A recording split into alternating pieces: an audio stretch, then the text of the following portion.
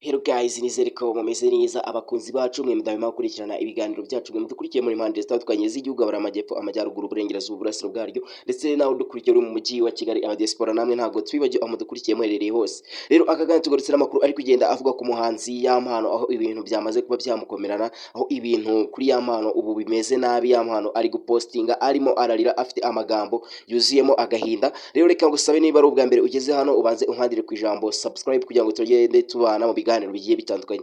Rero umuhanzi Yampano anyuze ku rubuga rwe rwa Instagram yapostinze amagambo yuzuyemo agahinda, amagambo ababaje. Yampano yapostinze avuga ati kuba yaravukiye kure cyangwa se kuba yaravukiye ahantu hatari iterambere akaza agakunda abantu akabahereza urukundo, rero ibyo byaje kumuviramo ko abantu bamuhemukira. Aravuga yicuza cyane avuga ati urukundo nakunze abantu iyo nkirukunda imbwa, ati burya imbwa ntiyaguhemukira cyangwa se ntiyakugambanira, ati rero nakoze ikosa ryo kwizera abantu cyangwa se ryo gukunda abantu.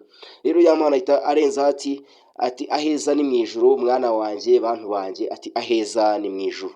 Rero Yampano amagambo ya postinze yatunguye abantu benshi ndetse anavugisha abantu benshi cyane hano ku mbuga nkoranyambaga. Benshi batangira bavuga ati Yampano wasanga agiye kuba yakigirira nabi cyangwa se Yampano wasanga ibintu byamukomeranye. Uwitwa DJ Brian yahise asubiza Yampano avuga ati Yampano ihangane kandi tuza, senga cyane ureke kwiheba, ati burya umuntu arahinduka nawe wahinduka, rero senga cyane kandi ureke gucira urubanza abantu ahubwo weho senga wegere Imana, ati nibyo bya mbere bifasha. Burya iyo uri mu bibazo weho genda usenge Imana cyane n'umutima wawe wose, ati nicyo kintu kizima cya mbere nakubwira, reka rero gucira abantu urubanza, ati burya umuntu arahinduka, ati nawe wahinduka, rero ati tuza, ati weho ibyawe byerekeze ku Mana ureke gucira abantu urubanza.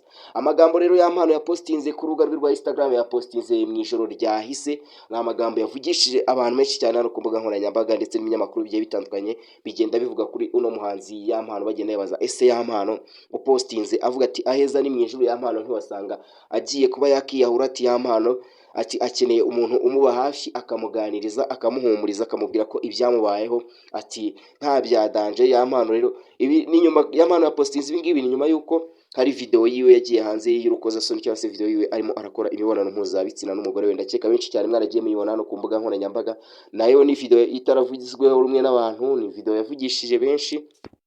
Rero Yampano bakaba bamubwira ati hangane, dore ko Yampano ubu kano kanya ari kubarizwa ari mu Bubiligi aho yajyanye n'umugore we.